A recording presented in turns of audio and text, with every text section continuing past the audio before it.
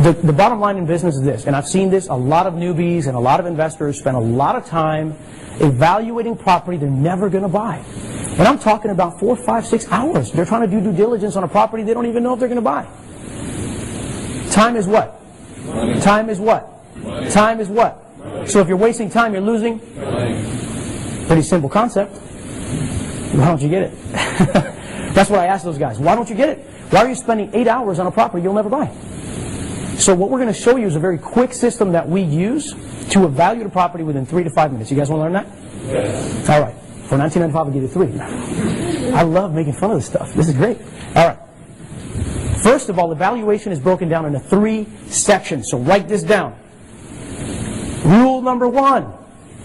Listen to Rick. Rule number 1. Follow the rules of thumb. The rules of thumb. That's the first stage. That's where you'll spend 3 to 5 minutes. And will determine if you want to spend more time on that property. Do you guys understand? 3 to 5. And you decide if you want to move forward. If you decide that you want to move forward, then you got to go to the next step, right?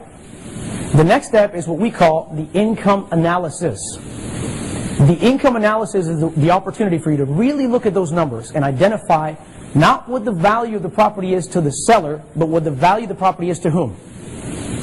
To you, the buyer. Based on that number and based on that number only, will you then make an official offer, whether it's with a letter of intent or with a purchase contract. By the way, do I write contracts? Who writes contracts for me? Yeah. I can't spell. So I pay somebody that can spell. Right, no, I'm just kidding. It's an attorney, right? Because the attorney's protecting who? Me. So now we make the official offer, right? Now once we have the property under contract and I'm serious about buying this property, will I spend time? Do you follow? Because now I have the potential of making money. So that's where the third stage of the evaluation comes in. That's when we do the due diligence. This is the stage where you begin to evaluate the income stream to verify that it matches the value that you put on it. So what happens if my value, my purchase price was based on a net operating income of $100,000? That's why I bought it for $1 million. But when I get there, it's only bringing 60. So what do you do now? Renegotiate, right? Because you're buying it based on income. That's the beauty of commercial. I don't need to guess what are people selling it for. Yes, I'll look at some comps. I want to know what is the income of that property and what can I make of it later. But I will never buy a pro forma. In other words, I'll never buy what it could do. I'll buy what it's doing now, and then I'll do what I can with it, right? That's the key. Did you guys realize how simple this is? Just real quick, just by the show of hands real quick. I want to get a pulse check. How many, well, they're already raising their hand. This is great. This is a great show. All right. I'm going to do the Pete story, all right? Grab your left hand. Touch your right ear. Now grab your right hand.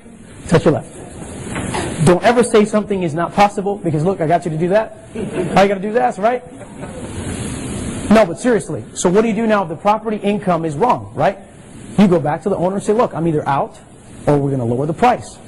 This is my spread. This is where we're going. Right? Pretty simple? Yeah, so let's keep it that way.